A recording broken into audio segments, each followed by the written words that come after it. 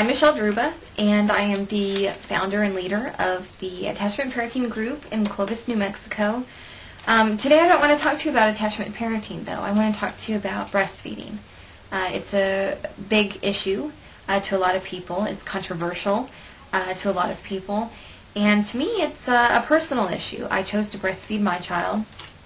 And my biggest concern recently has been breastfeeding in public. There's been a lot of media attention lately focusing on breastfeeding in public. And I think that women, whether they breastfeed in public or they think they might need to one day or they want to, need to be aware of the laws that are in place. Every state has a breastfeeding law. And I think that it's really important for you guys to educate yourselves on that. Most laws state in different ways that you in fact do have the right to breastfeed your child anywhere at any time that you're allowed to be. So it's really important that you know what those laws are. There have been women that have been kicked out of or asked to leave businesses, and it's a travesty. And what's even worse, in my opinion, is that in a couple of these instances, law enforcement has been on the side of the business instead of the side of the mother when there's laws in place to protect the mother and her child. So, I mean, all around, we need more education on breastfeeding in public.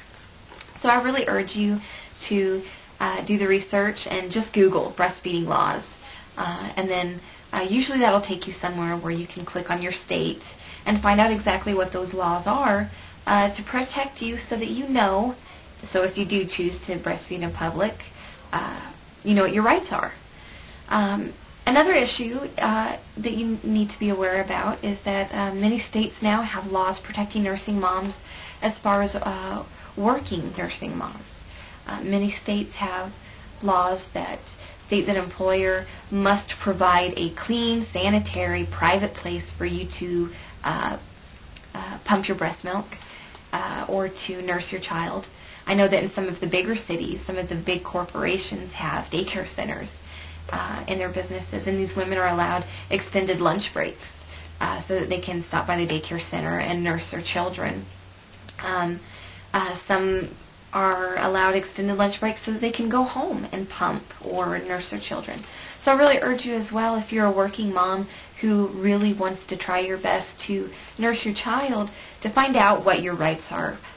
Like I said, many states have laws in place that specifically state that your employer has to cater to these things. So get on that. Another thing that I wanted to talk to you about is it's also very controversial as far as breastfeeding goes. What age, how old is too old? When you should stop nursing your child? And I've run into many answers to this question from many different people and walks of life, and everybody has their own opinion. I would, however, like to let you know that your local WIC office would probably tell you that they recommend that you breastfeed your child, if you're going to do so, until the age of 12 months old. And the World Health Organization recommends that you nurse your child at least 2 years. So there's something to think about. As well as, right now, the national breastfeeding average is age 4. So there's some food for thought. Not all children nurse for a long time. I've run into many women that say, you know, I really wanted to nurse my baby, and I was going to nurse my baby as long as he or she wanted to, but she weaned herself at 7 months old or 9 months old. And then I run into women that say, you know, we didn't want to have to wean the baby, and he nursed until he was 3 and a half. And then there's women who have better things to do, and they want to wean their children.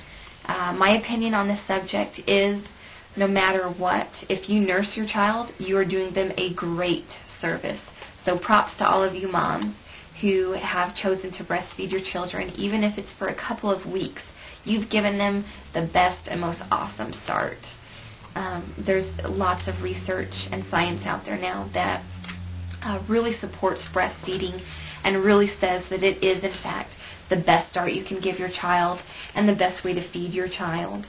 And if you just do a little bit of searching on the internet, which is my best friend, you can find many, many articles on breastfeeding.